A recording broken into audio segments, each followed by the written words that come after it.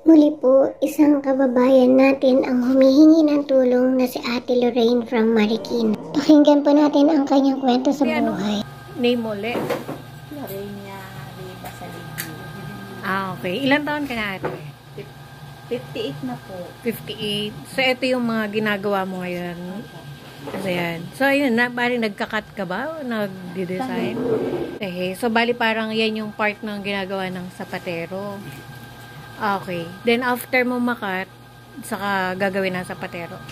Tapos ng matahi sa sapatero. Okay. Pwede mong pakita sa akin, ate. Isa, paano mong ginagawa? Medyo mahirap ba yan siya? Hindi naman. Ay, ang galing, no?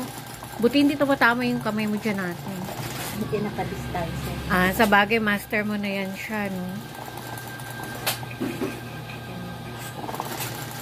Sa inyo, parang pinakapalaman nung sapatos. Ilang taon ka na nagtatrabaho ng ganyan, ate? Matagal na po. Nasa teatro na. 30 years?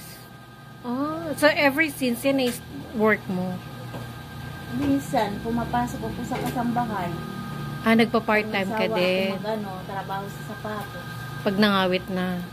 Rayuma ba yan? Wala naman. Wala pa naman. Healthy ka pa rin kasi 'di ba normally pag ganyan rayuma nang dinadaing. Asan ang asawa mo, ate? Namatay na. May 5 pa namatay. Last year? This year? Itong taon na. Ay, condolence. Anong kinamatay niyo? Ay, pero okay ka naman. Sinong kasama mo sa bahay? Yung anak ko. Yung anak mo? Yun ang iniwan ko doon sa bahay. Ilan ang anak mo, ate? 5. Namatay na yung isa, yung nanay nitong apo na inalagaan ko. Yun yung kinikwento mo na nag-aaral. Anong grade na siya? Grade 3 na yun. Grade 3. Okay. Dito rin nag-aaral sa Marikina? Transfer ko dito kasi dati sa Pasig. Okay. Tapos, lumipat na kayo ng Marikina? Dito na ako kasi nagtatrabaho para malapit na yung dating sundo. Sa bagay, hindi ka na mamamasahe. Abala pa sa oras. Oo, sa bagay. May point naman. Ngayon, ate, ang nararamdaman? Minsan na inaatake ko ng high blood.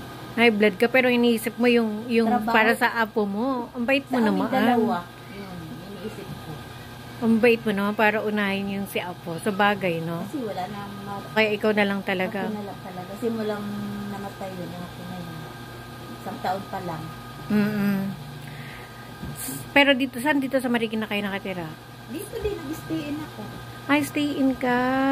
Yun, nagpalugan namin. So, dito rin yung apo mo. Ay, stay in ka dyan. Yun, nagpalugan namin kaperaso. Okay. Mga ulam kasi natulog kasi. Okay lang, ate. Para pakita natin, ito po yung tinutuluyan nila, ate. Tulugan. Tinutulugan ng apo niya na nag-aaral din. So, bali si ate at yung apo na lang niya dahil wala na po yung kanyang asawa. So, yan, ate, ano yung gusto mong i-wish or panawagan sa mga kababayan natin na nandito sa Pilipinas or abroad na pwedeng mahingan natin ng tulong? Gusto ko lang po mabigyan ako ng kahit konting tulong at para sa apo ko at saka gusto ko magkaroon din ng konting puhunan kahit pa paano magkaroon din ako ng sarili. Ipipray natin yan again and God's willing, for sure naman marami mabubuti ang loob. At saka para sa maintenance ko po, Yung para sa high blood mo. high blood. Okay. Sa mga kababayan natin gustong tumulong kay Ate Lorraine, please reach out to our Kwentong Puso. Sa mga gustong magbahagi ng kanilang kwento, please comment below. Maraming salamat po, kabayan.